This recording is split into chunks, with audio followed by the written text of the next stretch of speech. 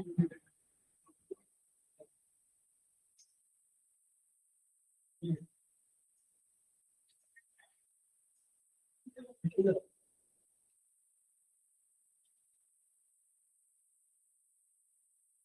afternoon. Good afternoon, ma'am. Good afternoon, ma'am. Good afternoon. Good afternoon, ma'am.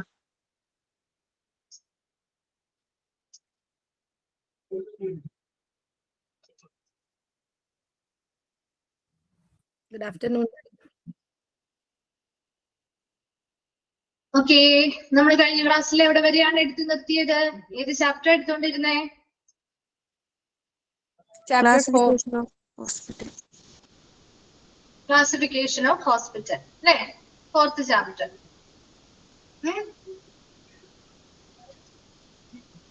എവിടെ വരെയാണ് എടുത്തത്? Level of care. Level of care. ഇവിടെ വരെ clear ആണോ? നോക്കിയോ? നെക്സ്റ്റ് ഉള്ളവരൊക്കെ നോക്കിയോ? ഓക്കെ, ശരി. അപ്പൊ നമ്മള് നെക്സ്റ്റിലേക്ക് പോവാണ് കേട്ടോ.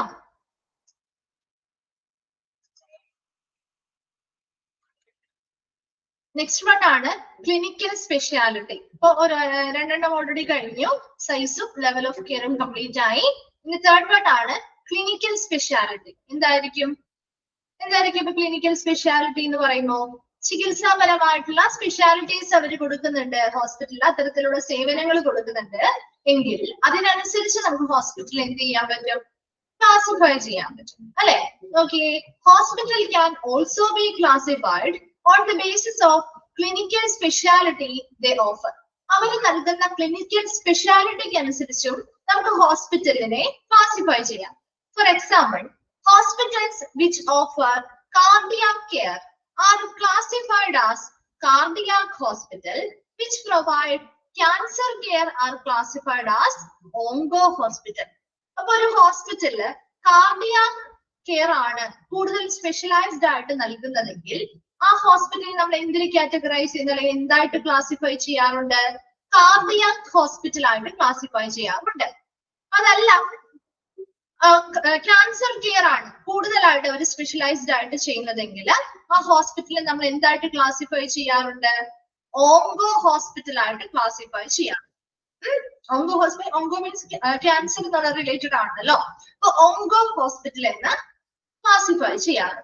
ഇനി a hospital can offer one or more speciality.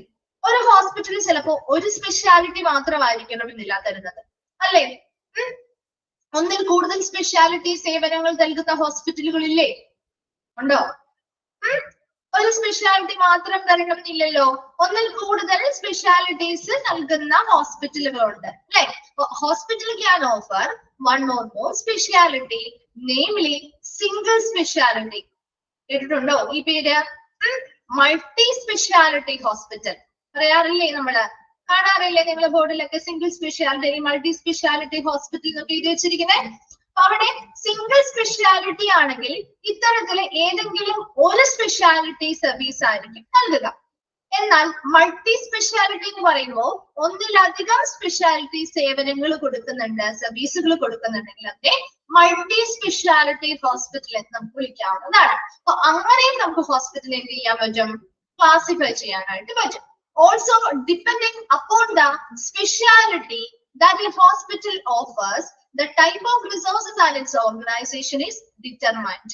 അപ്പോ ഇവിടെ ഏത് തരത്തിലുള്ള സ്പെഷ്യാലിറ്റി സർവീസ് ആണോ ആ ഹോസ്പിറ്റൽ ഓഫർ ചെയ്യുന്നത് അല്ലെങ്കിൽ വാഗ്ദാനം ചെയ്യുന്നത് അതിനനുസരിച്ച് അത് ഏത് ഹോസ്പിറ്റലാണ് നമുക്ക് തരംതിരിക്കാൻ പറ്റും. അതിനുവേണ്ടി എന്തൊക്കെ റിസോഴ്സ് അല്ലെങ്കിൽ വിഭവങ്ങൾ വേണം എന്നും നിർണ്ണയിക്കാൻ സാധിക്കും. ഫോർ എക്സാമ്പിൾ, ഒരു കാർഡിയാക് ഹോസ്പിറ്റൽ ആണ്, ഒരു സിംഗിൾ സ്പെഷ്യാലിറ്റി ആയിട്ട് ഒരു കാർഡിയാക് ഹോസ്പിറ്റൽ ആയിട്ടാണ് ഇത് പ്രവർത്തിക്കുന്നതെങ്കിൽ will need a cath lab. അപ്പൊ കാർഡിയോളജിയുമായി ബന്ധപ്പെട്ടുള്ള പ്രൊസീജിയേഴ്സ് കാര്യങ്ങൾ ചെയ്യാൻ അതിന്റെ കത്തീഡ്രൈസേഷൻ, ആൻജിയോപ്ലാസ്റ്റി, ആൻജിയോഗ്രാം മുതലായിട്ടുള്ള പ്രൊസീജിയേഴ്സ് പോലെയുള്ള അത്തരത്തിലുള്ള പ്രൊസീജിയേഴ്സ് ഒക്കെ ചെയ്യാനായിട്ട് ഒരു കാത്ത് ലാബ് അതിന്റെ കൂടെ ഉണ്ടായിരിക്കണം. അതുപോലെ തന്നെ ഒരു കാർഡിയാക് ICU വേണം. അപ്പൊ ഒരു സ്പെഷ്യാലിറ്റി എന്ന് പറയുന്ന ഒരു സർവീസ് നമ്മൾ കൊടുക്കുമ്പോൾ അതിന് അതിൻ്റെതായിട്ടുള്ള ഫെസിലിറ്റിയും അവിടെ വേണ്ടേ? അപ്പൊ ഒരു കാർഡിയാക് ഹോസ്പിറ്റൽ ആണെങ്കിൽ അവിടെ എന്തൊക്കെ ഉണ്ടായിരിക്കണം? ഒരു കാത്ത് ലാബ് ഉണ്ടായിരിക്കണം, ഒരു കാർഡിയാക് ICU മുതലായ സൗകര്യങ്ങളും അതിനോടൊപ്പം ഉണ്ടായിരിക്കണം. അപ്പോഴാണ് അത് നമ്മള് ഒരു സ്പെഷ്യാലിറ്റി സർവീസ് ആണെന്ന് പറയുന്നത്. മനസ്സിലായോ? അതുപോലെ ഒരു ഓങ്കോ ഹോസ്പിറ്റൽ ആണെങ്കിൽ will require radiation therapy unit. Radiations ഒക്കെ ചെയ്യാറില്ലേ ക്യാൻസർ പേഷ്യൻസിന്? അത്തരത്തില് റേഡിയേഷൻസ് പോലെയുള്ള തെറാപ്പീസ് കാര്യങ്ങൾ കൊടുക്കാനുള്ള ഒരു യൂണിറ്റ് ഇതിന്റെ ഭാഗമായിട്ടുണ്ടായിരിക്കണം. അപ്പൊ എപ്പോഴും ഏത് ടൈപ്പാണ്, ഏത് തരത്തിലുള്ള ഹോസ്പിറ്റലാണ്, സിംഗിൾ സ്പെഷ്യാലിറ്റി ആവാം, മൾട്ടി സ്പെഷ്യാലിറ്റി ആവാം, അത്തരത്തില് ഏത് സ്പെഷ്യാലിറ്റി ആണോ നമ്മൾ ഓഫർ ചെയ്യുന്നത് അതിനനുസരിച്ചുള്ള മതിയായ റിസോഴ്സുകളും ഫെസിലിറ്റിയും ഒക്കെ ആ ഒരു സ്ഥാപനത്തിൽ ഉണ്ടെങ്കിൽ മാത്രമേ നമുക്ക് അതിനെ എന്തെന്ന് ക്ലാസിഫൈ ചെയ്യാൻ പറ്റുള്ളൂ? ആ സ്പെഷ്യാലിറ്റി സർവീസ് കൊടുക്കുന്ന കാർഡിയാക് ഹോസ്പിറ്റൽ അല്ലെങ്കിൽ ഓങ്കോ ഹോസ്പിറ്റൽ എന്ന് പറയാൻ പറ്റുള്ളൂ. അപ്പോ ക്ലിനിക്കൽ സ്പെഷ്യാലിറ്റിയിൽ നമ്മൾ എന്തൊക്കെ കാര്യങ്ങളാണ് പറഞ്ഞത്? ഹോസ്പിറ്റൽസിനെ നമുക്ക് ഈ ക്ലിനിക്കൽ സ്പെഷ്യാലിറ്റിയുടെ ബേസിസിലും നമുക്ക് അവർ കൊടുക്കുന്ന ഹോസ്പിറ്റലിൽ ഓഫർ ചെയ്യുന്ന ക്ലിനിക്കൽ സ്പെഷ്യാലിറ്റിയുടെ ബേസിസിലും നമുക്ക് ഹോസ്പിറ്റൽസിനെ ക്ലാസിഫൈ ചെയ്യാൻ പറ്റുമെന്ന് പറഞ്ഞു. എക്സാമ്പിൾ എന്താ പറഞ്ഞത്? Hospital which offer cardiac care, ഹൃദയവുമായി ബന്ധപ്പെട്ട പരിചരണങ്ങൾ അല്ലെങ്കിൽ അതുമായി ബന്ധപ്പെട്ട കാര്യങ്ങളാണ് കൂടുതൽ ഫോക്കസ് ചെയ്യുന്നതെങ്കിൽ അത്തരം ഹോസ്പിറ്റലിനെ നമ്മൾ കാർഡിയാക് ഹോസ്പിറ്റൽ എന്ന് വിശേഷിപ്പിക്കും. ഇനി ക്യാൻസർ റിലേറ്റഡ് ആയിട്ടുള്ള കെയറുകളാണ് കൂടുതൽ ഫോക്കസ് ചെയ്യുന്നതെങ്കിൽ അത്തരം ഹോസ്പിറ്റൽ നമ്മൾ ഓങ്കോ ഹോസ്പിറ്റൽ എന്ന് പറയും. ഇനി ഒരു ഹോസ്പിറ്റൽ ഒരു സിംഗിൾ സ്പെഷ്യാലിറ്റി സർവീസ് ആണ് അല്ലെങ്കിൽ ഒരു സ്പെഷ്യാലിറ്റി മാത്രമാണ് നൽകുന്നതെങ്കിൽ അതിനെ നമ്മൾ സിംഗിൾ സ്പെഷ്യാലിറ്റി ഹോസ്പിറ്റൽ എന്ന് പറയും. ഒന്നിലധികം മോർ സ്പെഷ്യാലിറ്റി സർവീസുകൾ നൽകുന്നുണ്ടെങ്കിൽ അതിനെ മൾട്ടി സ്പെഷ്യാലിറ്റി ഹോസ്പിറ്റൽ എന്ന് പറയുന്നു. അതോടൊപ്പം തന്നെ depending upon the speciality hospital offer ചെയ്യുന്ന ആ ഒരു സ്പെഷ്യാലിറ്റിന് അനുസൃതമായി നമുക്ക് അവിടുത്തെ ഏത് ടൈപ്പാണ് ഈ ഹോസ്പിറ്റൽ എന്ന് മനസ്സിലാക്കാൻ പറ്റും. അതുപോലെ തന്നെ അതിന് മതിയായ വിഭവങ്ങൾ അല്ലെങ്കിൽ റിസോഴ്സുകളും കാര്യങ്ങളും അവിടെ ഉണ്ടോ, ആ ഓർഗനൈസേഷനിൽ ഉണ്ടോ എന്ന് നിർണ്ണയിക്കാൻ പറ്റും. അതായത് ഒരു കാർഡിയാക് ഹോസ്പിറ്റൽ ആകുമ്പോൾ അതുമായി ബന്ധപ്പെട്ട എന്തൊക്കെ റിസോഴ്സസും ഫെസിലിറ്റിയും വേണം? ഒരു കാത്ത് ലാബ് വേണം, ഒരു കാർഡിയാക് ICU വേണം. അതോടൊപ്പം തന്നെ ഇപ്പൊ ഒരു ഓങ്കോ ഹോസ്പിറ്റൽ ആണെങ്കിൽ അതിൻ്റെതായിട്ടുള്ള ഫെസിലിറ്റികൾ, ഒരു റേഡിയേഷൻ തെറാപ്പി യൂണിറ്റുകൾ പോലെയുള്ളവയും ഉണ്ടായിരിക്കണം. അപ്പൊ അങ്ങനെ ഒരു സ്പെഷ്യാലിറ്റി കൊടുക്കുമ്പോൾ അതിന്റെ കെയർ കൊടുക്കുന്നതിനൊപ്പം തന്നെ അതിനനുസൃതമായിട്ടുള്ള എല്ലാ തരത്തിലുമുള്ള സജ്ജീകരണങ്ങളോട് കൂടിയിട്ടായിരിക്കണം അത് പ്രവർത്തിക്കേണ്ടത്. ഓക്കെ, അപ്പൊ വേഗം ഒന്ന് ക്ലിനിക്കൽ സ്പെഷ്യാലിറ്റി ഒന്ന് വേഗം വായിച്ചു നോക്കി.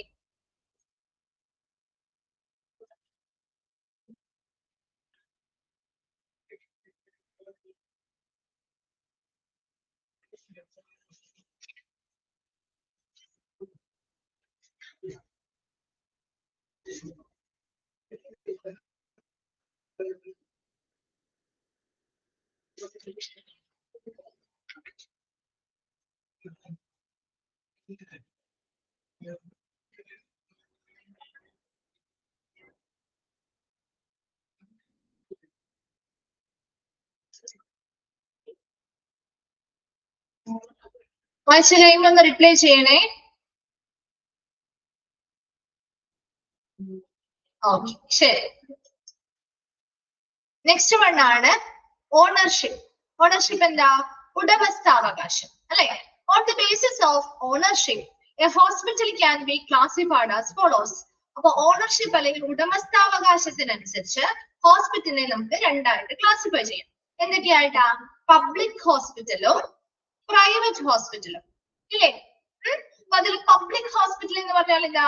ഹോസ്പിറ്റൽ ഓൺ ബൈ ഗവൺമെന്റ് അല്ലെ? ഗവൺമെന്റ് ഏറ്റെടുത്ത് നടത്തുന്ന അല്ലെങ്കിൽ ഗവൺമെന്റിന്റെ ഉടമസ്ഥാവകാശത്തിൽ നടത്തുന്ന ഹോസ്പിറ്റലുകളെയാണ് നമ്മൾ പബ്ലിക് ഹോസ്പിറ്റൽ എന്ന് പറയുന്നത് അല്ലെ? അപ്പൊ അതിൽ കുറച്ച് എക്സാമ്പിൾസ് വരുന്നുണ്ട്, കുറച്ചെണ്ണം വരുന്നുണ്ട്. പബ്ലിക് ഹോസ്പിറ്റൽസ് അതായത് ഗവൺമെന്റ് ഓൺ ചെയ്യുന്ന അല്ലെങ്കിൽ ഉടമസ്ഥാവകാശത്തിൽ നടത്തുന്ന ഹോസ്പിറ്റലുകളാണ് പബ്ലിക് ഹോസ്പിറ്റൽ. അപ്പൊ അതില് കുറച്ചെണ്ണം വരുന്നുണ്ട്. ഫസ്റ്റ് വൺ ആണ് central government hospital. Central government hospital എന്ന് പറഞ്ഞാൽ hospital managed by central government such as AIIMS, PGIs etcetera. അപ്പൊ ഇവിടെ സെൻട്രൽ ഗവൺമെന്റ് മാനേജ് ചെയ്യുന്ന അല്ലെങ്കിൽ അവരുടെ ഉടമസ്ഥാവകാശത്തിൽ പ്രവർത്തിക്കുന്ന ഹോസ്പിറ്റലുകളെയാണ് സെൻട്രൽ ഗവൺമെന്റ് ഹോസ്പിറ്റൽ എന്ന് പറയുന്നത്. അപ്പൊ അതിന് രണ്ട് എക്സാമ്പിൾ ഇവിടെ കൊടുത്തിട്ടുണ്ട്. എയിംസ് എന്താണ് കേട്ടിട്ടുണ്ടോ? അതിന് എക്സ്പാൻഡഡ് ഫോം ഒന്ന് എഴുതി വെച്ചോട്ടോ, ചോദിക്കാറുണ്ട്. All India institute of medical science, എയിംസിന്റെ കേട്ടോ. എക്സ്പാൻഡഡ് ഫോം ഇത് എഴുതി വെക്കണേ. All India institute of medical science. All India institute of medical science എഴുതിയോ? ചോദിക്കാറുണ്ട് expand form. All India institute of medical science. Text ഇല്ലാത്തവരെ നോട്ട്സിൽ ഒന്ന് നോട്ട് ചെയ്ത് വെക്കാട്ടോ. ടെക്സ്റ്റ് വരുമ്പോ ടെക്സ്റ്റിലേക്ക് മാറ്റി എഴുതിയാൽ മതി. Okay, all India institute of medical science. ഇനി PGISന്റെ എക്സ്പാൻഡഡ് ഫോം ആണ് പോസ്റ്റ് ഗ്രാജുവേറ്റ് ഇൻസ്റ്റിറ്റ്യൂട്ട് ഓഫ്, ഒരു കംപ്ലീറ്റ് എക്സ്പാൻഡഡ് ഫോം ആണ് പറയുന്നത്. Post Graduate Institute of Medical Education and research. Postgraduate Institute of Medical Education and Research. Medical Education and Research. എഴുതിയോ?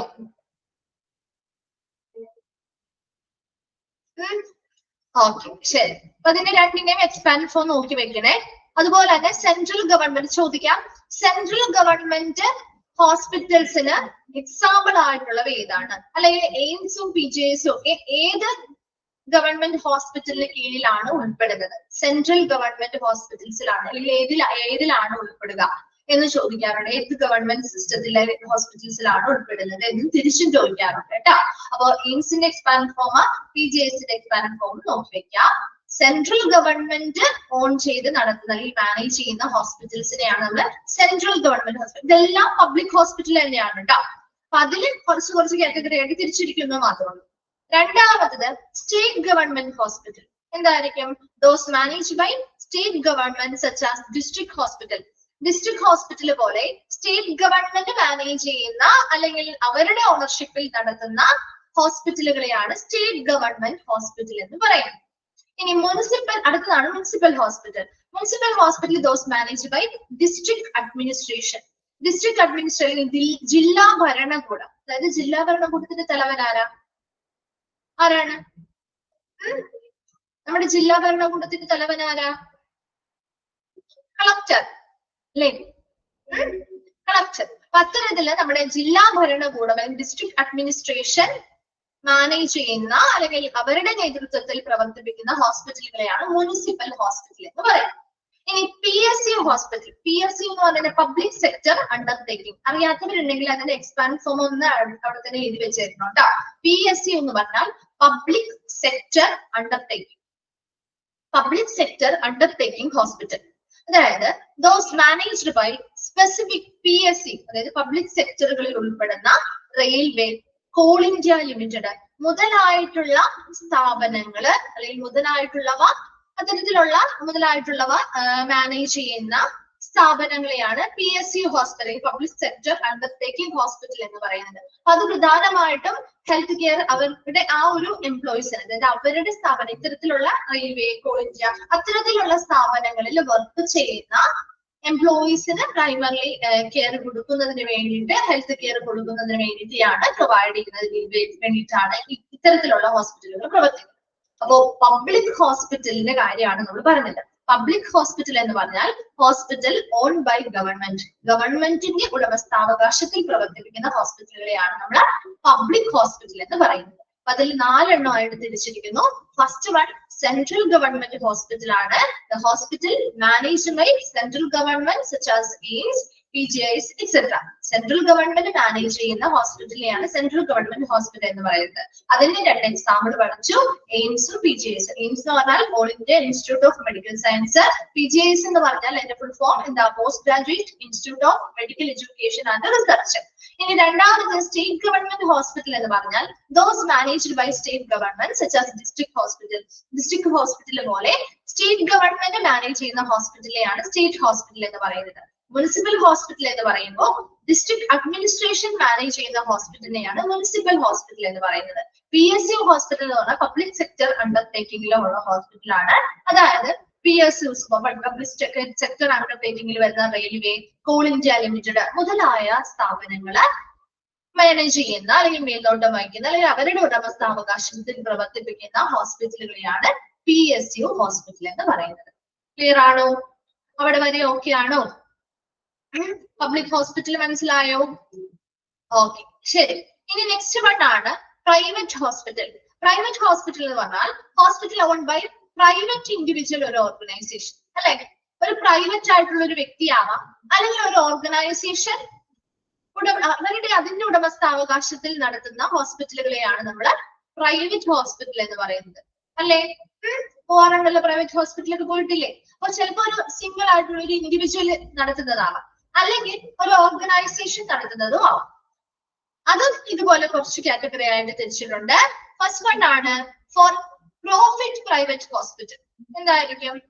Hospital that have the business purpose.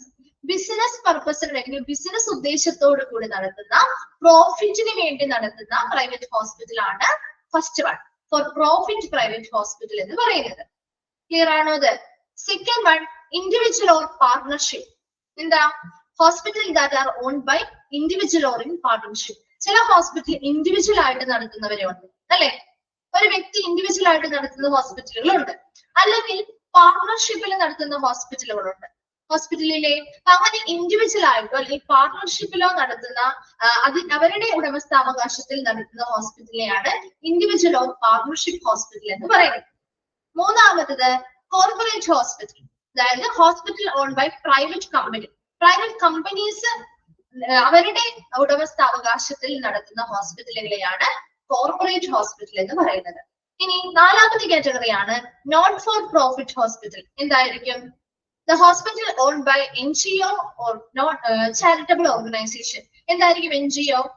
NGO എന്ന് പറഞ്ഞാൽ എന്താ? Non governmental organisation. അറിയാത്തവരുണ്ടെങ്കിൽ എഴുതി വെക്കണേ. Non governmental organisation, NGO, non governmental organisation, government ഇതര organisations അല്ലെങ്കിൽ സംഘടനകൾ. അത്തരത്തില് അല്ലെങ്കിൽ ചാരിറ്റബിൾ ഓർഗനൈസേഷൻസ് ഒക്കെ അവരുടെയൊക്കെ നേതൃത്വത്തിൽ അല്ലെങ്കിൽ അവരുടെയൊക്കെ ഉടമസ്ഥാവകാശത്തിൽ ഒരു ബിസിനസ് പർപ്പസിനല്ലാതെ, ഒരു ബിസിനസ് പരമായ ഒരു ഉദ്ദേശത്തോട് കൂടിയല്ലാതെ പ്രവർത്തിക്കുന്ന നോട്ട് ഫോർ പ്രോഫിറ്റ് ഹോസ്പിറ്റലുകളും പ്രവർത്തിക്കുന്നുണ്ട്. അപ്പോ പ്രൈവറ്റ് ഹോസ്പിറ്റൽ എന്ന് പറഞ്ഞാൽ ഒരു ഇൻഡിവിജ്വലോ അല്ലെങ്കിൽ ഒരു ഓർഗനൈസേഷനോ ഓൺ ചെയ്ത് അല്ലെങ്കിൽ അവരുടെ ഉടമസ്ഥാവകാശത്തിൽ പ്രവർത്തിക്കുന്ന ഹോസ്പിറ്റലുകളെയാണ് നമ്മൾ പ്രൈവറ്റ് ഹോസ്പിറ്റൽ എന്ന് പറയുന്നത്. അത് നമ്മൾ നാലായിട്ട് കാറ്റഗറൈസ് ചെയ്യുന്നുണ്ട്. First one for profit private hospital. എന്താ? അവിടെ മെയിൻ പർപ്പസ് ഒരു ബിസിനസ് പർപ്പസ് ആണ് ഇവിടെയുള്ളത്. പ്രോഫിറ്റ് കിട്ടുക എന്നൊരു ബിസിനസ് പർപ്പസോട് കൂടി പ്രവർത്തിക്കുന്ന ഹോസ്പിറ്റലുകളാണ് ഫോർ പ്രോഫിറ്റ് പ്രൈവറ്റ് ഹോസ്പിറ്റൽ എന്ന് പറയുന്നത്. രണ്ടാമത്തത് ഇൻഡിവിജ്വൽ ഓർ പാർട്ണർഷിപ്പ് ഹോസ്പിറ്റൽ എന്ന് പറയുമ്പോൾ ഇൻഡിവിജ്വൽ ആയിട്ട് നടത്തുന്നതാവാം, അല്ലെങ്കിൽ പാർട്ണർഷിപ്പിൽ നടത്തുന്ന ഹോസ്പിറ്റലുകളാണ് ഇൻഡിവിജ്വൽ ഓർ പാർട്ണർഷിപ്പ് ഹോസ്പിറ്റൽ എന്ന് പറയുന്നത്. മൂന്നാമത്തത് കോർപ്പറേറ്റ് ഹോസ്പിറ്റൽ എന്ന് പറഞ്ഞാൽ hospitals own by private company. Private companies ഉടമസ്ഥാവകാശത്തിൽ നടത്തുന്ന ഹോസ്പിറ്റലുകളെയാണ് കോർപ്പറേറ്റ് ഹോസ്പിറ്റൽ എന്ന് പറയുന്നത്. നോട്ട് ഫോർ പ്രോഫിറ്റ് ഹോസ്പിറ്റൽ എന്ന് പറഞ്ഞാൽ അവിടെ NGO, നോൺ ഗവൺമെന്റൽ ഓർഗനൈസേഷൻസോ ചാരിറ്റബിൾ ഓർഗനൈസേഷൻസോ ഉടമസ്ഥാവകാശത്തിൽ നടത്തുന്ന ഒരു ബിസിനസ് പർപ്പസ്, അതായത് പ്രോഫിറ്റ് എന്നൊരു ബിസിനസ് പർപ്പസ് അല്ലെങ്കിൽ ആ ഒരു ലാഭത്തിന് വേണ്ടി അല്ലാതെ പ്രവർത്തിക്കുന്ന നോട്ട് ഫോർ പ്രോഫിറ്റ് ഹോസ്പിറ്റലുകളും പ്രൈവറ്റ് ഹോസ്പിറ്റലിൽ ഉൾപ്പെടുന്നതാണ്. അപ്പോൾ രണ്ടായിട്ട് ഓണർഷിപ്പിന്റെ അടിസ്ഥാനത്തിൽ ഹോസ്പിറ്റലിനെ എത്രയായിട്ട് കാറ്റഗറൈസ് ചെയ്തിട്ടുണ്ട്? പബ്ലിക് ഹോസ്പിറ്റൽ എന്നും പ്രൈവറ്റ് ഹോസ്പിറ്റൽ എന്നും. അതിൽ പബ്ലിക് ഹോസ്പിറ്റലിൽ ഏതൊക്കെ വരുന്നുണ്ട്?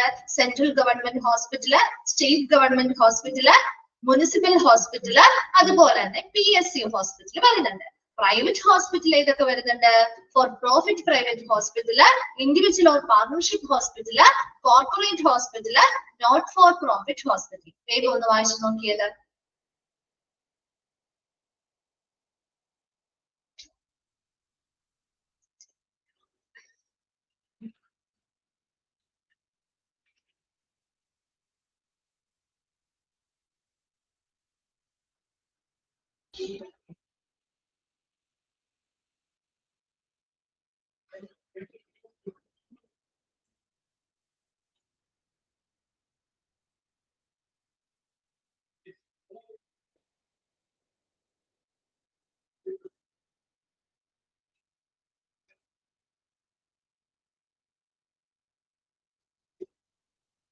വായിച്ചു കഴിഞ്ഞോ?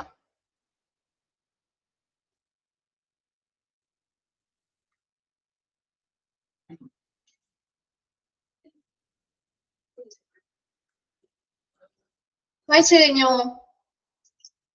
ഓക്കെ, ശരി. അപ്പൊ നമ്മൾ നെക്സ്റ്റിലേക്ക് പോവാണേ. നെക്സ്റ്റ് വൺ ആണ് സിസ്റ്റം ഓഫ് മെഡിസിൻ. എന്താ ഇവിടെ എന്താ സിസ്റ്റം ഓഫ് മെഡിസിൻ എന്ന് പറഞ്ഞാൽ ആ സ്ഥാപനത്തിൽ ഉപയോഗിക്കുന്ന വൈദ്യശാസ്ത്ര സമ്പ്രദായത്തിനനുസരിച്ച്, അല്ലെ? In the modern world allopathy as A system of medicine is mainly used as A system of medicine, അല്ലെ? നമ്മൾ സാധാരണയായിട്ട് അലോപ്പതിക് മെഡിസിൻസ് അല്ലെ കൂടുതലും ഒരു ചികിത്സാ സമ്പ്രദായമായിട്ട് പരിഗണിക്കുന്നത് മോഡേൺ വേൾഡില്, അല്ലെ? ആണ്, അല്ലെ? നമ്മൾ എന്ത് ഒരു അസുഖം വന്നാലും നമ്മൾ ആദ്യം അലോപ്പതി ഹോസ്പിറ്റലുകളെ പോവാം, അല്ലെ? പെട്ടെന്ന് മാറും എന്നുള്ളൊരു വിശ്വാസം കൊണ്ട് തന്നെ. അപ്പൊ മെയിൻലി ഇപ്പോ നമ്മുടെ മോഡേൺ വേൾഡില് പ്രധാനമായിട്ട് ഉപയോഗിക്കുന്ന ഒരു വൈദ്യശാസ്ത്ര സമ്പ്രദായമാണ് അലോപ്പതി. അതോടൊപ്പം തന്നെ ഇന്ത്യയില് ആയുർവേദ, ഹോമിയോപ്പതി, യുനാനി മുതലായിട്ടുള്ള വൈദ്യശാസ്ത്ര സമ്പ്രദായങ്ങളും ഉപയോഗിച്ചു വരുന്നുണ്ട്. are also acknowledged system of medicine and preferably by many people.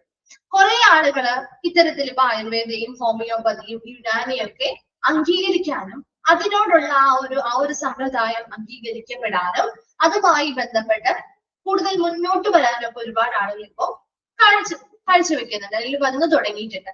Depending upon their prominent system of medicine.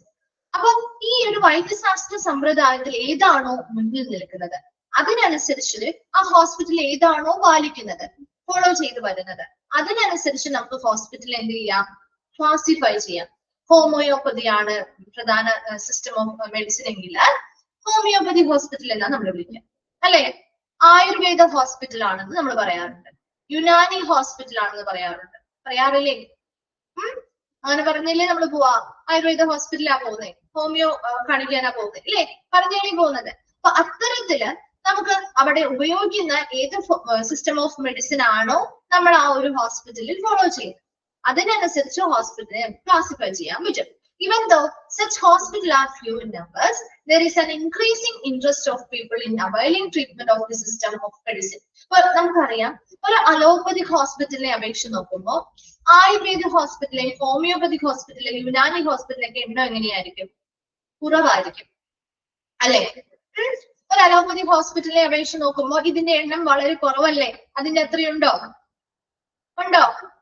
Few in numbers ആണ്, അല്ലെ? വളരെ കുറച്ച് എണ്ണം മാത്രമേ ഉണ്ടാവുള്ളൂ. പക്ഷെ ഇപ്പോ ഓരോ സമയം പോകെ നമ്മുടെ ആളുകൾക്ക് ഇത്തരത്തിലുള്ള ആ ഒരു ട്രീറ്റ്മെന്റ് ഓഫ് ഈ ഒരു വൈദ്യ സമ്പ്രദായവും അതുമായി ബന്ധപ്പെട്ട ചികിത്സയൊക്കെ അതുമായി ബന്ധപ്പെട്ട താല്പര്യം എന്ത് ചെയ്യുന്നുണ്ട്? വർദ്ധിച്ചു വരുന്നുണ്ട്. അതിനനുസരിച്ച് കുറച്ച് നാൾ കഴിയുന്നതോടുകൂടി ഇതിന്റെയൊക്കെ നമ്പേഴ്സ് ചിലപ്പോ വർദ്ധിച്ചു വരാനും സാധ്യതയുണ്ട്. അപ്പൊ സിസ്റ്റം ഓഫ് മെഡിസിൻ ഇത്ര മാത്രമേ പറയുന്നുള്ളൂ. മോഡേൺ ആയിട്ടുള്ള വേൾഡില് അലോപ്പതി ആണ് ശരിക്കും ഒരു സിസ്റ്റം ഓഫ് മെഡിസിൻ ആയിട്ട് കൂടുതൽ യൂസ് ചെയ്യുന്നതും വളരെ ഇമ്പോർട്ടന്റ് ആയിട്ട് മുന്നിൽ നിൽക്കുന്നതും. എന്നാൽ അത് കൂടാതെ ഇന്ത്യയിലെ ആയുർവേദ, ഹോമിയോപ്പതി, യുനാനി മുതലായ ചികിത്സാ സമ്പ്രദായങ്ങളും ലഭ്യമാണ്. അതുമായി ബന്ധപ്പെട്ട് അതിനെ അംഗീകരിക്കുന്നതും അതുമായി ബന്ധപ്പെട്ട് അതിന്റെ ഉപയോഗവും കാര്യങ്ങളും ഒക്കെ ഇപ്പൊ വർദ്ധിച്ചു വരുന്നുണ്ട്. അതിനനുസരിച്ച് ഏത് തരത്തിലുള്ള വൈദ്യശാസ്ത്ര സമ്പ്രദായമാണോ ആ സ്ഥാപനത്തിൽ അല്ലെങ്കിൽ ആ ഹോസ്പിറ്റലിൽ ഫോളോ ചെയ്യുന്നത് അതിനനുസരിച്ച് നമുക്ക് ഹോസ്പിറ്റലിനെ അലോപ്പതിക് ഹോസ്പിറ്റൽ അല്ലെങ്കിൽ homoeopathy hospital, Ayurveda hospital, Unani hospital എങ്ങനെ ക്ലാസിഫൈ ചെയ്യാവുന്നതാണ്. ഇതുപോലെ തന്നെ നമ്മുടെ മറ്റ് അലോപ്പതിക് ഹോസ്പിറ്റലിനെ അപേക്ഷിച്ച് നോക്കുമ്പോൾ ആയുർവേദിക് ഹോസ്പിറ്റൽ ആണെങ്കിലും ഹോമിയോപ്പതിക് ഹോസ്പിറ്റൽ ആണെങ്കിലും യുനാനി ഹോസ്പിറ്റൽ ആണെങ്കിലും അതിന്റെയൊക്കെ നമ്പേഴ്സ് വളരെ കുറവായിരിക്കും. അപ്പൊ അതിനനുസരിച്ച് പക്ഷെ പിന്നീട് ഇനി വരുന്ന ഓരോ തലമുറയും ഈ പറയുന്ന ആ ഒരു വൈദ്യ സമ്പ്രദായവും അതുപോലെ ചികിത്സാ രീതിയും ഒക്കെ എന്ത് ചെയ്യുന്നുണ്ട്? അതിനോടൊരു താല്പര്യമൊക്കെ വർദ്ധിച്ചു വരുന്നതുകൊണ്ട് കുറച്ച് നാളുകൾക്ക് ശേഷം അല്ലെങ്കിൽ കുറച്ച് വർഷങ്ങൾക്ക് ശേഷം ഈ പറയുന്ന ഹോസ്പിറ്റലുകളൊക്കെ ചിലപ്പോൾ ഈക്വൽ നമ്പറൊക്കെ ആയി മാറുമായിരിക്കും. വായിച്ചു നോക്കിയ system of medicine.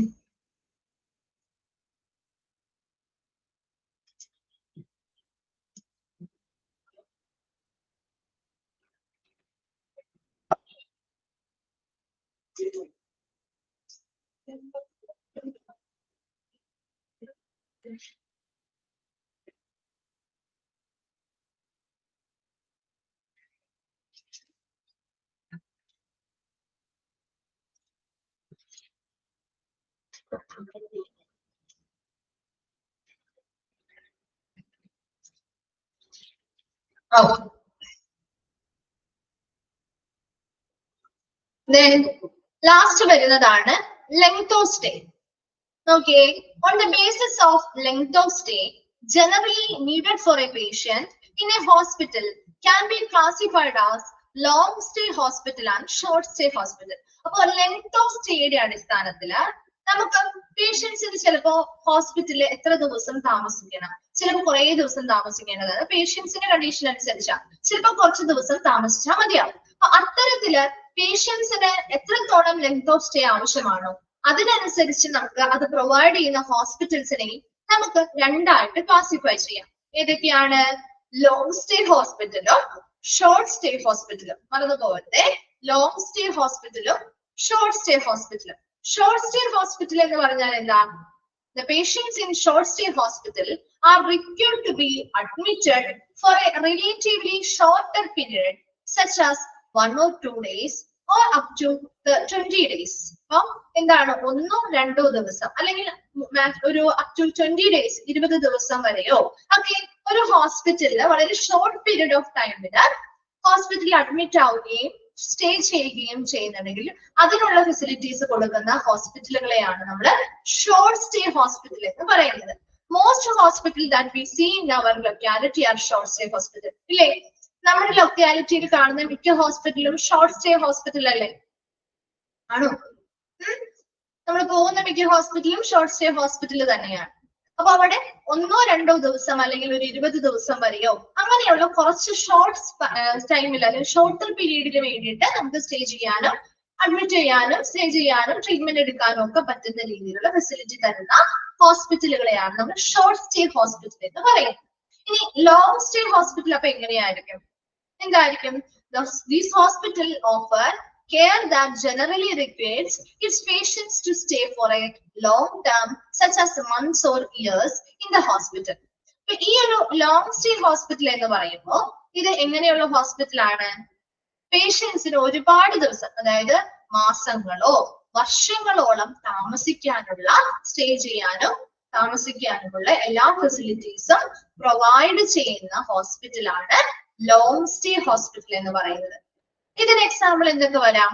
Typically such hospital will be mental hospital വരാം, അല്ലെ? ട്രഡീഷണലി മെന്റലി ഇൽനെസ് ഉള്ള പേഷ്യൻസ് ഒക്കെ ആണെങ്കിൽ ചിലപ്പോ മാസങ്ങളോളമോ ചിലപ്പോ വർഷങ്ങളോളമോ അവിടെ താമസിക്കേണ്ടതായിട്ട് വരും, അല്ലെ? അതിൽ നിന്ന് പൂർണ്ണമായിട്ടും റിക്കവർ ആയി വരണമെങ്കിൽ. അതുപോലെ തന്നെ റീഹാബിലിറ്റേഷൻ സെന്ററുകൾ, പുനരധിവാസം നൽകുന്ന സേവനം. അതുപോലെ ജെറിയാട്രിക് കെയർ സെന്റേഴ്സ്. എന്താണ് ജെറിയാട്രിക് കെയർ സെന്റേഴ്സ്? വയോജന പരിപാലന കേന്ദ്രങ്ങൾ, വയോജനങ്ങളുടെ പരിപാലന കേന്ദ്രങ്ങളിലെ അത്തരത്തിലുള്ള അതാണ് ജെറിയാട്രിക് കെയർ സെന്റർ കേട്ടോ. ദെൻ പാലിയേറ്റീവ് കെയർ യൂണിറ്റ്, അത് കേട്ടിട്ടുണ്ടല്ലോ, പാലിയേറ്റീവ് കെയർ യൂണിറ്റുകൾ. അപ്പൊ ഇത്തരത്തിലുള്ളവയുടെയൊക്കെ നമുക്കൊരു ഫിക്സഡ് ഡേറ്റ് ഒന്നും പറയാൻ പറ്റില്ല. ഇന്ന മാസം വരെ അല്ലെങ്കിൽ ഇത്ര ദിവസം വരെ നിന്നാൽ മതി എന്നല്ല. അവർക്ക് എന്നാണോ ആ ഒരു രോഗത്തിൽ നിന്ന് മുക്തി അല്ലെങ്കിൽ അവര് ഓക്കെ ആവുന്നത് അപ്പോഴാണ് നമ്മൾ കൊണ്ടുവരിക, അല്ലെങ്കിൽ അപ്പോഴാണ് അവിടെ നിന്ന് ഡിസ്ചാർജ് ചെയ്യുക, അല്ലെ? അപ്പൊ അവിടെ ചിലപ്പോ ഒരു മാസങ്ങളോളമോ വർഷങ്ങളോളമോ താമസിക്കേണ്ടതായിട്ട് വന്നേക്കാം. അപ്പൊ അത്തരത്തിലുള്ള ഫെസിലിറ്റീസ് പ്രൊവൈഡ് ചെയ്യുന്ന ഹോസ്പിറ്റലിനെയാണ് ലോങ് സ്റ്റേ ഹോസ്പിറ്റൽ എന്ന് പറയുന്നത്. Clearly, due to long-term residential use, these hospitals are built in such a manner that gives it a feel of a home-like environment rather than a hospital. ഇവിടെ ഇത്തരത്തിലുള്ള due to long-term residential use, അവിടെ കുറെ ദിവസം നമ്മൾ അല്ലെങ്കിൽ കുറെ മാസങ്ങളോളമോ വർഷങ്ങളോളമോ താമസിക്കണം എന്ന് പറഞ്ഞു, അല്ലെ? അപ്പൊ അതുകൊണ്ട് തന്നെ അത്തരത്തിൽ കുറെ ദിവസം താമസിക്കുമ്പോൾ ആ ഹോസ്പിറ്റല് ഒരിക്കലും ആ ഹോസ്പിറ്റലിന്റെ രീതിയല്ല ഫോളോ ചെയ്യും, അല്ലെ? അതിന്റെ ആ ഒരു രൂപം തന്നെ എങ്ങനെയായിരിക്കണം, അല്ലെങ്കിൽ അത് പണിയേണ്ടത് തന്നെ എങ്ങനെയായിരിക്കണം? In such a manner that gives it A feel of home like environment. നമ്മുടെ വീടിനോട് സമാനമായിട്ടുള്ള ഒരു അന്തരീക്ഷം നൽകുന്ന രീതിയിൽ, റാദർ ദാൻ എ ഹോസ്പിറ്റൽ. ഒരു ഹോസ്പിറ്റലിൽ ചെല്ലുമ്പോൾ ഒരു അന്തരീക്ഷം അല്ലാതെ നമ്മുടെ വീടിനോട് സമാനമായ ഒരു അന്തരീക്ഷം നൽകുന്ന രീതിയിലായിരിക്കണം ആ ഹോസ്പിറ്റൽ ബിൽഡിംഗ് നിർമ്മിക്കേണ്ടത്. അപ്പോ ലോങ് സ്റ്റേ ഹോസ്പിറ്റൽ എന്ന് പറഞ്ഞാൽ എന്താണ് നമ്മൾ പറഞ്ഞേ? എന്താണ്? മാസങ്ങളോളമോ വർഷങ്ങളോളമോ പേഷ്യൻസിന് സ്റ്റേ ചെയ്യാനും താമസിക്കാനും പറ്റുന്ന രീതിയിലുള്ള ഫെസിലിറ്റീസ് കൊടുക്കുന്ന ഹോസ്പിറ്റലുകളെയാണ് ലോങ് സ്റ്റേ ഹോസ്പിറ്റൽ എന്ന് പറയുന്നത്. അതിന് എക്സാമ്പിൾ ഏതൊക്കെ വരാം? മെന്റൽ ഹോസ്പിറ്റൽ പറയാം, റീഹാബിലിറ്റേഷൻ സെന്റേഴ്സ് പറയാം, ജെറിയാട്രിക് കെയർ ഏരിയ സെന്റേഴ്സ് പറയാം, പാലിയേറ്റീവ് കെയർ യൂണിറ്റുകൾ പറയാം. ഇനി ലോങ് ടേം ആയിട്ടുള്ള റെസിഡൻഷ്യൽ നീഡ്സ് ഉള്ളത് കൊണ്ട് തന്നെ താമസിക്കേണ്ടതായിട്ടുള്ള ആവശ്യകത ഉള്ളത് കൊണ്ട് തന്നെ ഇതൊരു ഹോസ്പിറ്റൽ എന്നത് ആ ഒരു കാഴ്ചപ്പാടിൽ നിന്ന് മാറി ഒരു വീട് പോലെയുള്ള ഒരു അന്തരീക്ഷം ബിൽഡ് ചെയ്യുന്നതിന് വേണ്ടിയിട്ടുള്ള രീതിയിലായിരിക്കണം ആ ഹോസ്പിറ്റൽ ബിൽഡിംഗ് പണിയേണ്ടത്. അപ്പോ ലെങ്ത് ഓഫ് സ്റ്റേയില് ഹോസ്പിറ്റൽസിനെ രണ്ടായിട്ട് ക്ലാസിഫൈ ചെയ്തിട്ടുണ്ട്. ഷോർട്ട് സ്റ്റേ ഹോസ്പിറ്റലും ലോങ് സ്റ്റേ ഹോസ്പിറ്റലും. ഷോർട്ട് സ്റ്റേ ഹോസ്പിറ്റൽ എന്ന് പറഞ്ഞാൽ ഒരു 1-2 ദിവസം അല്ലെങ്കിൽ ഒരു 20 ദിവസം വരെ അങ്ങനെ ഷോർട്ടർ പീരീഡിന് വേണ്ടിയിട്ട് പേഷ്യൻസിന് സ്റ്റേ ചെയ്യാനും ട്രീറ്റ്മെന്റ് എടുക്കാനും പറ്റുന്ന രീതിയിലുള്ള ഫെസിലിറ്റീസ് കൊടുക്കുന്ന ഹോസ്പിറ്റലാണ് ഷോർട്ട് സ്റ്റേ ഹോസ്പിറ്റൽ. അപ്പോ ലോങ് സ്റ്റേ ഹോസ്പിറ്റൽ എപ്പോഴായിരിക്കും? അപ്പൊ എങ്ങനെയായിരിക്കും? അവിടെ മന്തുകളോളം, മാസങ്ങളോളോ വർഷങ്ങളോളമോ അവിടെ പേഷ്യൻസിന് താമസിക്കാനുള്ള ഫെസിലിറ്റീസും കാര്യങ്ങളും കൊടുക്കുന്നവയാണ് ലോങ് സ്റ്റേ ഹോസ്പിറ്റൽ. അതിന് എക്സാമ്പിൾ ഇമ്പോർട്ടന്റ് ആണ് കേട്ടോ. ഏതൊക്കെയാണ് ലോങ് സ്റ്റേ ഹോസ്പിറ്റൽ എക്സാമ്പിൾ ആയിട്ട് നമ്മൾ പഠിച്ചത്? ഏതൊക്കെയാ പഠിച്ചേ? ഏതൊക്കെയാ പഠിച്ചത്? മെന്റൽ ഹോസ്പിറ്റൽ, പിന്നെ മാത്രം പഠിച്ചുള്ളോ? Rehabilitation centre, then geriatric care centre ഒരെണ്ണോടി പഠിച്ചില്ലേ? പാലിയേറ്റീവ് കെയർ യൂണിറ്റുകളും കേട്ടോ. അപ്പൊ വേഗം ലെങ്ത് ഓഫ് സ്റ്റേ ഒന്ന് വായിച്ചു നോക്കിയേ. വായിച്ചു കഴിയുമ്പോൾ ഒന്ന് റിപ്ലൈ ചെയ്യാട്ടോ.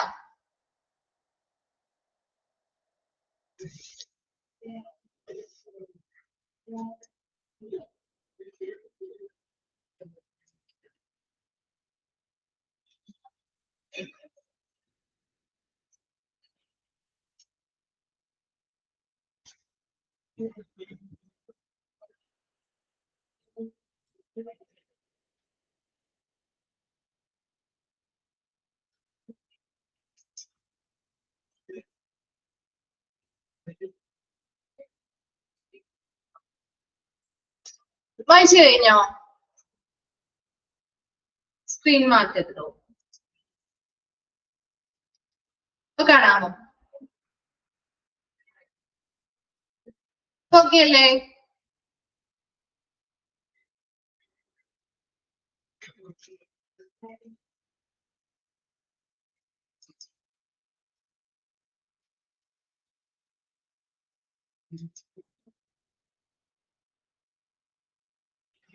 കഴിഞ്ഞോ? വായിച്ചു കഴിഞ്ഞോ? ഓക്കെ, ശരി. ഇനി നമുക്ക് കുറച്ച് അബ്രിവിയേഷൻസ് ആണ് പഠിക്കാനുള്ളത് കേട്ടോ. കുറച്ച് ഷോർട്ട് ഫോംസും അതിന്റെ എക്സ്പാൻഡഡ് ഫോംസും. അത് എന്താണെന്നുണ്ടെങ്കിൽ അതുമായി ബന്ധപ്പെട്ട് വിശദമായിട്ടുള്ള ക്വസ്റ്റ്യൻസോ കാര്യങ്ങളോ ഒന്നും വരില്ല. ജസ്റ്റ് നിങ്ങൾക്ക് ഈ കുറച്ച് ഒരു അബ്രിവിയേറ്റഡ് ഫോംസ് പഠിക്കാൻ തന്നിരിക്കുന്നതാണ്. ഫസ്റ്റ് വൺ നിങ്ങൾക്ക് അറിയാം, PHC പഠിച്ചില്ലേ? പ്രൈമറി ഹെൽത്ത് സെന്റർ അല്ലെങ്കിൽ ഹെൽത്ത് കെയർ സെന്റർ എന്ന് പറഞ്ഞാലും ഒന്ന് തന്നെയാണ് കേട്ടോ. പ്രൈമറി ഹെൽത്ത് സെന്റർ എന്ന് പറഞ്ഞാലും ഹെൽത്ത് കെയർ സെന്റർ എന്ന് പറഞ്ഞാലും സെയിം തന്നെയാണ്. അപ്പൊ PHC ഓൾറെഡി അറിയാം അല്ലെ? പ്രൈമറി ഹെൽത്ത് സെന്റർ അല്ലെങ്കിൽ പ്രൈമറി ഹെൽത്ത് കെയർ സെന്റർ എന്ന് പറഞ്ഞാലും സെയിം. FHC എന്താ? Family health centre. FHC എന്താ? Family health centre. ഇതിന്റെയൊക്കെ എക്സ്പാൻഡഡ് ഫോംസും ഷോർട്ട് ഫോം മാത്രം നിങ്ങൾ നോക്കിയാൽ മതി കേട്ടോ. Then family health centre, FHC family health centre. അടുത്തത് CPHC. എന്താണ് CPHC? Comprehensive primary health care. Comprehensive primary health care എന്ന് വെച്ചാൽ എന്താണ്? CPHC എന്തായിരിക്കും? ഇന്ത്യയുടെ ഒരു ആയുഷ്മാൻ ഭാരത് എന്ന് പറയുന്ന ഒരു പ്രോഗ്രാമിന്റെ ഭാഗമായിട്ടുള്ള ഒരു ഘടകമാണ് കേട്ടോ ഈ CPHC എന്ന് പറയുന്നത്. അതായത് നമ്മുടെ കമ്മ്യൂണിറ്റിയിലെ ആളുകൾക്ക് ഹെൽത്ത് സർവീസുകൾ ഫ്രീ ആയിട്ട് കിട്ടുന്നതിന് വേണ്ടി, കമ്മ്യൂണിറ്റിക്ക് നല്ല രീതിയിലേക്ക് ക്ലോസർ ആയിട്ട് കിട്ടുന്നതിന് വേണ്ടിയിട്ടുള്ള ഒരു ആയുഷ്മാൻ ഭാരതിന്റെ കീഴിൽ വന്നിരിക്കുന്ന ഒരു പ്രോഗ്രാം ആണ് ശരിക്കും CPHC എന്ന് പറയുന്നത്. Comprehensive primary health care. പ്രാഥമികമായ ആരോഗ്യ പരിചരണം ഫ്രീ ആയിട്ട് ലഭ്യമാക്കുന്നതിന് വേണ്ടിയിട്ട് ആയുഷ്മാൻ ഭാരതിന്റെ കീഴിൽ വന്നിരിക്കുന്ന ഒരു പ്രോഗ്രാമാണ് CPHC എന്ന് പറയുന്നത്. അത്രമാത്രം മനസ്സിലാക്കിയിരുന്നാൽ മതി. അടുത്തത് അതിലൊരു കറക്ഷൻ ഉണ്ട്. ടെക്സ്റ്റ് കിട്ടിയവരുടെ നിങ്ങളുടെ ലാസ്റ്റത്തെ, അതായത് SWAA കഴിഞ്ഞിട്ട് ഏതാ കിടക്കുന്നേ? ടെക്സ്റ്റ് ഉള്ളവരുടെ ഇതുപോലെ തന്നെയാണോ? D അല്ലേ കിടക്കുന്നത്? ഓക്കെ, അപ്പൊ കറക്റ്റ് ആണ് കേട്ടോ. D ആണ് ശരിക്കും വരുന്നത്. ഇവിടെ ഒരു കറക്ഷൻ ഉണ്ട്, ജെക്ക് പകരം അവിടെ D ആണ്. The stepwise approach to airway disease. Airway ഡിസീസുകൾക്കുള്ള ഒരു സ്റ്റെപ്പ് വൈസ് അപ്രോച്ച് ആണ് സ്വാഡ് എന്ന് പറയുന്നത്. എന്താണ് step wise approach to airway disease? അതിന് വേണ്ടിയുള്ളത് നമ്മുടെ പബ്ലിക് ഹെൽത്ത് പ്രോഗ്രാം. ഇതൊക്കെ കുറെ പബ്ലിക് ഹെൽത്ത് പ്രോഗ്രാമുകളുടെ ഭാഗമായിട്ട് വരുന്ന ഷോർട്ട് ഫോംസ് ആക്കാം. ഇതും ഒരു പബ്ലിക് ഹെൽത്ത് പ്രോഗ്രാം ആണ്. അതായത് ഒബ്സ്ട്രക്റ്റീവ് എയർവേ ഡിസീസുകൾ, നമ്മുടെ ശ്വാസകോശവുമായി ബന്ധപ്പെട്ട രോഗങ്ങളുമായി ബന്ധപ്പെട്ട് നടത്തുന്ന ഒരു പബ്ലിക് ഹെൽത്ത് പ്രോഗ്രാം ആണ്. അപ്പൊ ഇതിലൂടെ നമ്മുടെ സ്റ്റേറ്റ് ഓഫ് കേരളയിലാണ് ഇത് ആദ്യമായിട്ട് ഇംപ്ലിമെന്റ് ചെയ്തത്, ഈ ഒരു പ്രോഗ്രാം. അപ്പൊ ഇതില് പ്രൈമറി ആയിട്ടുള്ള care, primary level of care കൊടുക്കുന്നതിന് വേണ്ടിയിട്ട് പേഷ്യൻസിന് ആസ്മ, അതുപോലെ തന്നെ ഇപ്പൊ chronic obstructive pulmonary disease COPD മുതലായിട്ടുള്ള അങ്ങനെ ആ ഒരു ലങ്സുമായി ബന്ധപ്പെട്ടോ ബുദ്ധിമുട്ടുകൾ അനുഭവപ്പെടുന്ന അവർക്കുള്ള ട്രീറ്റ്മെന്റുകൾ, പേഷ്യൻസിന്റെ സിംറ്റംസ് എന്തൊക്കെയാണ്, ലങ് ഫംഗ്ഷനിങ് എന്തൊക്കെയാണ്, അതെല്ലാം മനസ്സിലാക്കി നല്ല രീതിയിൽ കൺട്രോൾ ചെയ്ത് മുന്നോട്ട് കൊണ്ടുപോകാനും അവർക്ക് ആവശ്യമായ റെമഡിയൽ മെഷേഴ്സ് പറഞ്ഞു കൊടുക്കാനും ട്രീറ്റ്മെന്റുകൾ പ്രൊവൈഡ് ചെയ്യുന്നതിന് വേണ്ടിയിട്ട് ഒരു primary level care of level കൊടുക്കുന്നതിന് വേണ്ടിയിട്ട് നമ്മുടെ കേരളത്തിൽ ആദ്യമായി ഇംപ്ലിമെന്റ് ചെയ്തിട്ടുള്ള ഒരു പബ്ലിക് ഹെൽത്ത് പ്രോഗ്രാം ആണ് സ്വാഡ് എന്ന് പറയുന്നത്, step wise approach to airway disease. ഇനി അടുത്തത് COPD. COPD എന്ന് പറഞ്ഞാൽ chronic obstructive pulmonary disease. Chronic obstructive pulmonary disease. ഈ COPD നിങ്ങൾ പല ചാപ്റ്റേഴ്സിലും ഇനി കാണും. COPD chronic obstructive pulmonary disease എന്ന് പറഞ്ഞാൽ ഇതൊരു പ്രോഗ്രസീവ് ആയിട്ടുള്ള പതുക്കെ പുരോഗമിക്കുന്ന ഇൻക്യൂറബിൾ ആയിട്ടുള്ള ഒരു ഡിസീസ് ആണ്. അപ്പൊ എന്തിനെ ബാധിക്കുന്നതായിരിക്കാം? എയർ ഫ്ലോയെ, അല്ലെ? നമ്മുടെ എയർ ഫ്ലോയൊക്കെ റെസ്ട്രിക്ട് ചെയ്യുന്നു. അതുപോലെ തന്നെ നമുക്ക് വളരെ സിവിയർ ആയിട്ടുള്ള ബ്രീത്തിങ് ഡിഫിക്കൽട്ടീസും ബ്രീത്ത്നെസ്സും അതുപോലെ തന്നെ ഡെയിലി കഫ് മുതലായിട്ടുള്ള പ്രാഥമികമായിട്ടുള്ള കുറേയധികം ബുദ്ധിമുട്ടുകൾ ഉണ്ടാക്കുന്ന ബ്രീത്തിങ് ഡിഫിക്കൽട്ടിയും കാര്യങ്ങളൊക്കെ ഉണ്ടാക്കുന്ന ഒരു കണ്ടീഷനാണ് ക്രോണിക് ഒബ്സ്ട്രക്റ്റീവ് പൾമണറി ഡിസീസ്. ഇത് സാധാരണയായിട്ട് പതുക്കെ പുരോഗമിച്ച് വരുന്ന ഒരു ഇൻക്യൂറബിൾ ആയിട്ടുള്ള ഡിസീസാണ്. അതായത് സ്മോക്കിംഗ് ഉള്ള ആളുകൾക്ക്, അല്ലെങ്കിൽ ലോങ് ടേം ആയിട്ട് ചിലപ്പോ എന്തെങ്കിലുമൊക്കെ ആയിട്ട് എക്സ്പോസ്ഡ് ആവുന്ന ആളുകൾ ഉണ്ടാവില്ലേ? ഇപ്പൊ കുട്ടികളുമായിട്ടൊക്കെ എപ്പോഴും ഇൻഡസ്ട്രിയായിട്ട് അങ്ങനെ കുട്ടികളുമായിട്ടോ അല്ലെങ്കിൽ അങ്ങനത്തെ എന്തെങ്കിലും ആയിട്ടൊക്കെ എപ്പോഴും എക്സ്പോസ്ഡ് ആവുന്ന ആളുകൾ ഉണ്ടാവില്ലേ? അതുപോലെ തന്നെ സ്മോക്കിംഗ് ചെയ്യുന്ന ആളുകൾ. അപ്പൊ അവർക്ക് പ്രോഗ്രസീവ് ആയിട്ട് പതുക്കെ അവരുടെ ബോഡിയിലേക്ക് ഈ ഒരു അസുഖം എന്ത് ചെയ്യുന്നു? പതുക്കെയാണ് അവരിൽ നിന്ന് പ്രോഗ്രസീവ് ആയിട്ട് വരുന്നത്.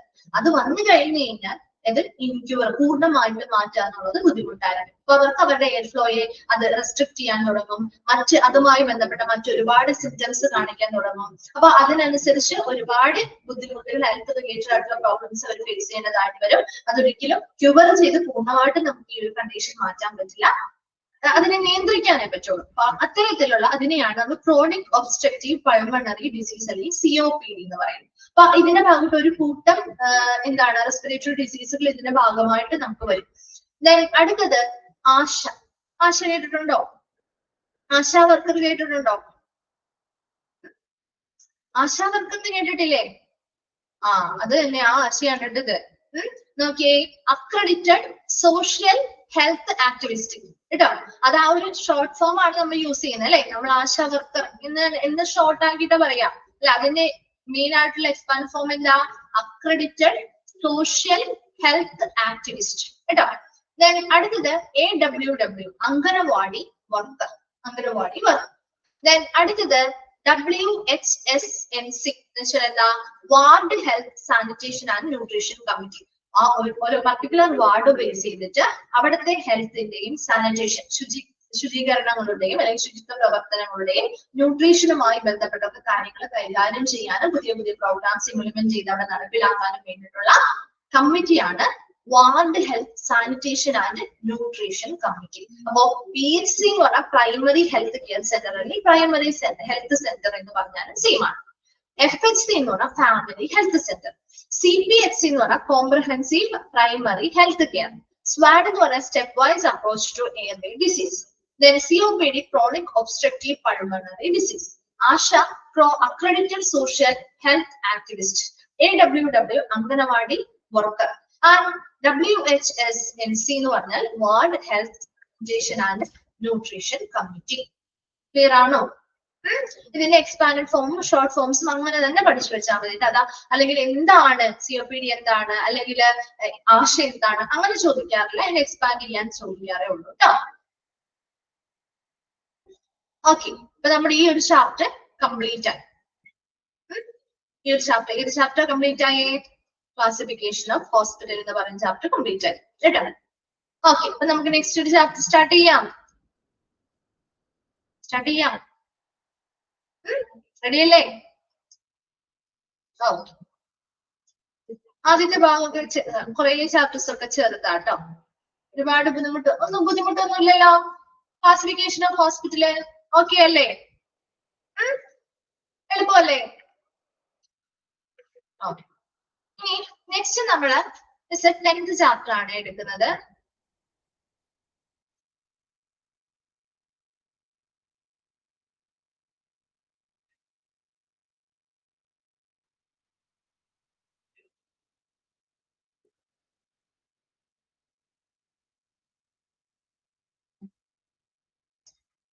ഹോസ്പിറ്റൽ വാർഡ് കേട്ടോ.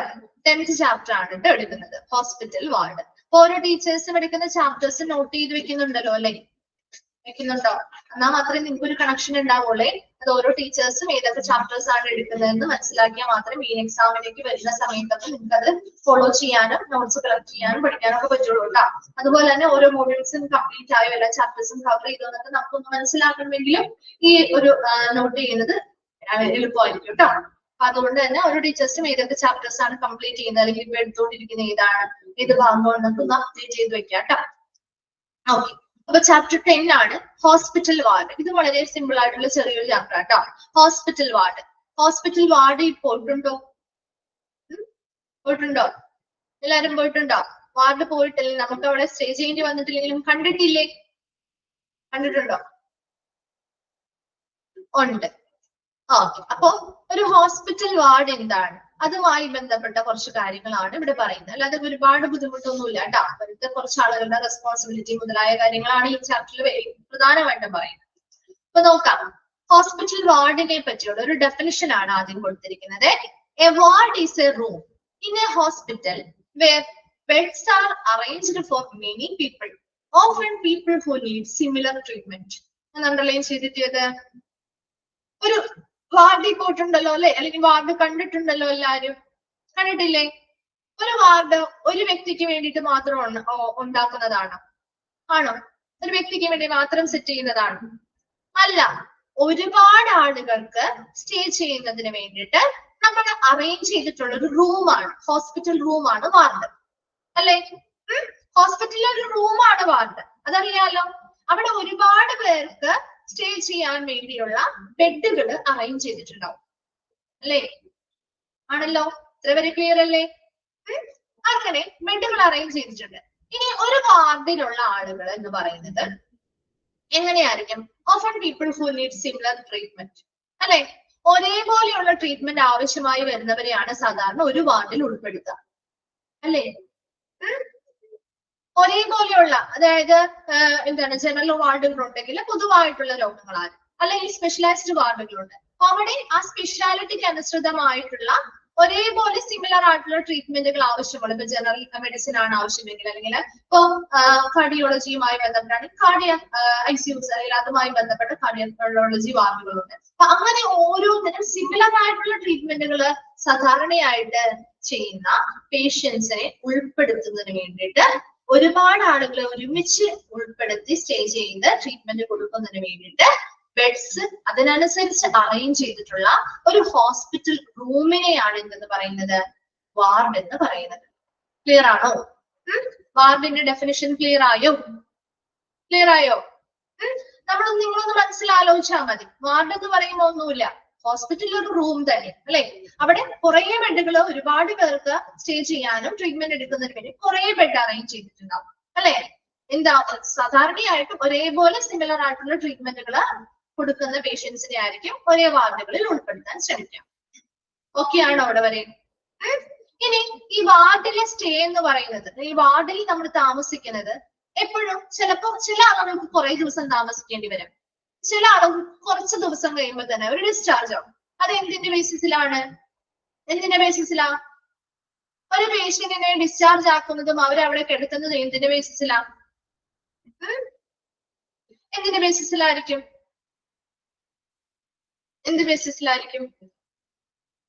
അവരുടെ രോഗത്തിന്റെ തീവ്രതയ്ക്ക് അനുസരിച്ച് അല്ലേ? ഒരു വന്ന അവിടെ അഡ്മിറ്റ് ആയ പേഷ്യൻസിന്റെ കണ്ടീഷൻ അതെ സിവിയറിറ്റിക്ക് അനുസരിച്ചാണ് അല്ലെ. അല്ലാതെ സിവിയറിറ്റി കൂടുതൽ കുറച്ച് ബുദ്ധിമുട്ടുള്ള പേഷ്യൻസ് ആണ്, പെട്ടെന്ന് അവർക്ക് റിക്കവർ ആവാൻ കുറച്ച് ദിവസം എടുക്കുമെങ്കിൽ അവർക്ക് ലോങ് സ്റ്റേ ആയിരിക്കും. കുറച്ചധികം ദിവസങ്ങൾ അവിടെ കിടത്തി ഓക്കെ ആയിട്ടേ വിടുള്ളൂ. അതേസമയം ഓക്കെ ആണ്, കുറച്ച് ദിവസങ്ങൾക്കുള്ളിൽ തന്നെ ഓക്കെ ആവുന്ന ആളുകളാണെങ്കിൽ അവർ പെട്ടെന്ന് വിടും. അതിപ്പോ ഷോർട്ട് സ്റ്റേ ആണ് അല്ലെ.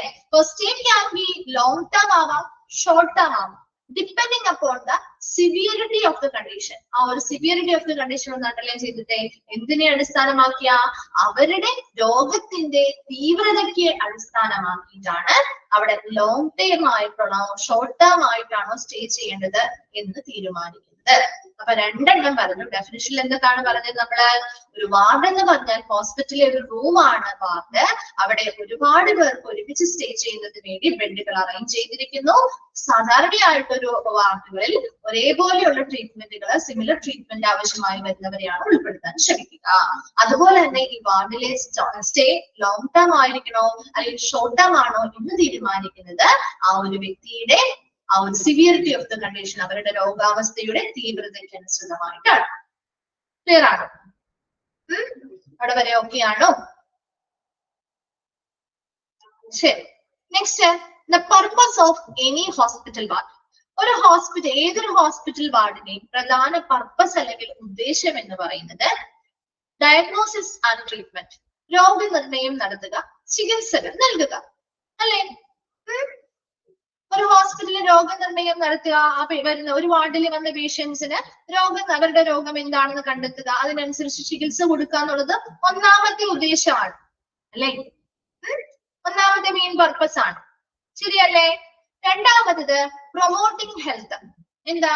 അവിടെ വരുന്ന പേഷ്യൻസിന്റെ ആരോഗ്യത്തെ പ്രൊമോട്ട് ചെയ്യാൻ അല്ലെങ്കിൽ പ്രോത്സാഹിപ്പിക്കുക. ഇപ്പൊ ബുദ്ധിമുട്ടായിട്ട് വരുന്ന പേഷ്യൻസ് ഒക്കെ ആണെങ്കിൽ അവർക്ക് നല്ല ട്രീറ്റ്മെന്റും കെയറും ഒക്കെ കൊടുത്ത് അവരുടെ ഹെൽത്ത് എന്ത് ചെയ്യുക, ഒന്നുകൂടി ഇംപ്രൂവ് ചെയ്യുക അല്ലെ. അപ്പൊ അങ്ങനെ വരുന്ന ഓരോ പേഷ്യൻസിന്റെയും ഹെൽത്ത് എന്ത് ചെയ്യുക, പ്രൊമോട്ട് ചെയ്യുക, പ്രോത്സാഹിപ്പിക്കുക അല്ലെങ്കിൽ മെച്ചപ്പെടുത്തുക എന്നതാണ് രണ്ടാമത്തെ പർപ്പസ്. തേർഡ് പർപ്പസ് ആണ് ടീച്ചിങ്. എന്താണ്? വരുന്ന പേഷ്യൻസിന് നമുക്ക് നല്ല രീതിയിൽ തന്നെ ആവശ്യമായ ടീച്ചിങ് കൊടുക്കാം. അതായത് ഇവിടെ ഉദ്ദേശിക്കുന്നത് ടീച്ചിങ് എന്ന് പറയുമ്പോൾ പേഷ്യൻസിന് ഓരോ കാര്യങ്ങളെ കുറിച്ച് ചിലപ്പോൾ നല്ല അവയർനെസ്സോ എഡ്യൂക്കേഷൻസോ ഉണ്ടാവില്ല. അപ്പൊ അവർക്ക് നല്ല രീതിയിലുള്ള എഡ്യൂക്കേഷൻസ് കൊടുക്കുക, അവയർനെസ് കൊടുക്കുക, അത്തരത്തിലുള്ള കാര്യങ്ങൾ ചെയ്യാം. അടുത്തത് റിസർച്ച്. ഹോസ്പിറ്റലുമായി ബന്ധപ്പെട്ട ഏതൊരു മേഖലയുമായി ബന്ധപ്പെട്ട റിസർച്ചുകൾ നടത്താം, ഗവേഷണം അല്ലെ. അപ്പൊ ഇത്തരത്തില് വാർഡിനെ ബേസ് ചെയ്തിട്ട് നമുക്ക് റിസർച്ചുകൾ കണ്ടക്ട് ചെയ്യാം. അപ്പൊ ആ വാർഡിലുള്ള പർട്ടിക്കുലർ പേഷ്യൻസിനെ അവിടുത്തെ സാമ്പിളുകളായിട്ട് എടുക്കാനും അതിനെ ബേസ് ചെയ്ത് അതിന്റെ ഇവരുടെ ഡേറ്റാസ് കളക്ട് ചെയ്ത് അനാലിസിസ് ചെയ്ത് റിസർച്ചുകൾ അല്ലെങ്കിൽ ഗവേഷണങ്ങൾ നടത്താനായിട്ട് നമുക്ക് സാധിക്കും. അതുപോലെ തന്നെ rental professional nursing and medical care to patients. വരുന്ന വാർഡിലേക്ക് വരുന്ന ഓരോ പേഷ്യൻസിനും ഒരു പ്രൊഫഷണൽ ആയിട്ടുള്ള രീതിയിൽ തന്നെ നഴ്സിംഗ് ആൻഡ് മെഡിക്കൽ കെയർ അല്ലെങ്കിൽ നഴ്സിംഗ് ആൻഡ് മെഡിക്കൽ പരിചരണങ്ങൾ പ്രൊവൈഡ് ചെയ്യുക അല്ലെങ്കിൽ നൽകുക. Then last point, provide necessary equipments, essential drugs and all other stores requirements for patient care in an organized manner. അതുപോലെ തന്നെ ആവശ്യമായ ഉപകരണങ്ങൾ നൽകുന്നു, എസെൻഷ്യൽ ആയിട്ടുള്ള ഡ്രഗ്സ് അല്ലെങ്കിൽ മരുന്നുകൾ നൽകുന്നു, മറ്റ് ആവശ്യമായിട്ടുള്ള റിക്വയർമെന്റ്സ് അനുസരിച്ചുള്ള മറ്റു കാര്യങ്ങളെല്ലാം നൽകിക്കൊണ്ട് ഒരു ഓർഗനൈസ്ഡ് ആയിട്ടുള്ള മാനർ, ഒരു ചിട്ടയായ ഒരു ക്രമമായിട്ടുള്ള രീതിയിൽ തന്നെ ഇത്തരത്തില് മരുന്നുകൾ സമയത്ത് വിതരണം ചെയ്യുന്നു. And all other stores requirement, മറ്റ് റിക്വയർമെന്റ്സ് അല്ലെങ്കിൽ മറ്റവരുടെ ആവശ്യകതകളെല്ലാം മാനിച്ചുകൊണ്ട് അവർക്ക് ആവശ്യമായ രീതിയിലുള്ള എക്യുപ്മെന്റുകളും മരുന്നുകളും ഒക്കെ ഒരു കൃത്യമായിട്ടുള്ള ഒരു ക്രമമായിട്ടുള്ള രീതിയിൽ തന്നെ പ്രൊവൈഡ് ചെയ്യുകയും ചെയ്യുന്നു. അപ്പോ പർപ്പസ് ഓഫ് എനി വാർഡ്, ഏതൊരു വാർഡിന്റെയും പ്രധാന പർപ്പസ് അല്ലെങ്കിൽ ഉദ്ദേശം എന്ന് പറയുന്നത് ഒന്നാമത്തെ പോയിന്റ് എന്താ പറഞ്ഞേ, രോഗനിർണയം നടത്തുക, അതിനനുസരിച്ച് ചികിത്സകൾ നൽകുക. രണ്ടാമത്തത് വരുന്ന ഓരോ പേഷ്യൻസിന്റെയും ഹെൽത്ത് എത്രത്തോളം ഉണ്ടെന്ന് വിലയിരുത്തുകയും അത് പ്രൊമോട്ട് ചെയ്യാൻ അല്ലെങ്കിൽ അത് മെച്ചപ്പെടുത്തുന്നതിന് വേണ്ടിയിട്ടുള്ള വഴികൾ നൽകുക. ദെൻ ടീച്ചിങ്, കൃത്യമായിട്ട് അവർക്ക് അവയർനെസ്സും എഡ്യൂക്കേഷൻസും പ്രൊവൈഡ് ചെയ്യുക. റിസർച്ച് അല്ലെങ്കിൽ ഗവേഷണങ്ങൾ നടത്താനായിട്ട് എന്താ ചെയ്യുക, മുൻകൈ എടുക്കുക. അതുപോലെ തന്നെ പ്രൊഫഷണൽ നല്ല തൊഴിൽപരമായിട്ടുള്ള നല്ല നിലവാരത്തിലുള്ള നഴ്സിംഗ് ആൻഡ് മെഡിക്കൽ കെയർ പേഷ്യൻസിന് നൽകുക. അതുപോലെ തന്നെ ആ പേഷ്യൻസിന്റെ ആവശ്യകതയ്ക്ക് അനുസൃതമായി ശരിയായ ഒരു ക്രമമായ രീതിയിൽ തന്നെ എക്യുപ്മെന്റുകൾ പ്രൊവൈഡ് ചെയ്യുക, ആവശ്യമായ മരുന്നുകളും നൽകുക. ഓക്കെ, അപ്പൊ ആ രണ്ടെണ്ണം ആ ഡെഫിനിഷനും ആ പർപ്പസും ഒന്ന് വേഗം വായിച്ചു നോക്കി.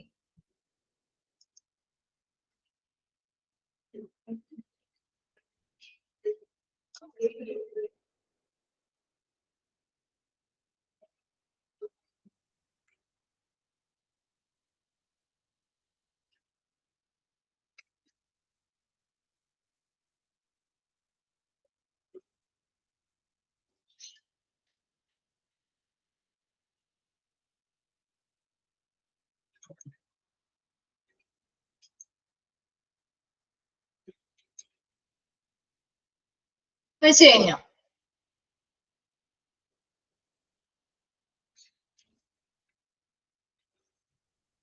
ഓക്കെ, ശരി.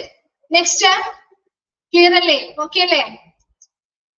Next constants of ward space. വാർഡിലെ സ്പേസസിന്റെ കമ്പോണൻസ് എന്തൊക്കെയാണ്, അല്ലെങ്കിൽ ഘടകങ്ങൾ, വാർഡിലുള്ള സ്പേസുകളുടെ ഘടകങ്ങൾ. അപ്പൊ നോക്കി, ഒരു വാർഡുമായി ബന്ധപ്പെട്ട് എന്തൊക്കെ ഏരിയാസ് ഉണ്ടാവും? നിങ്ങളൊന്ന് ആലോചിച്ച് നോക്കി.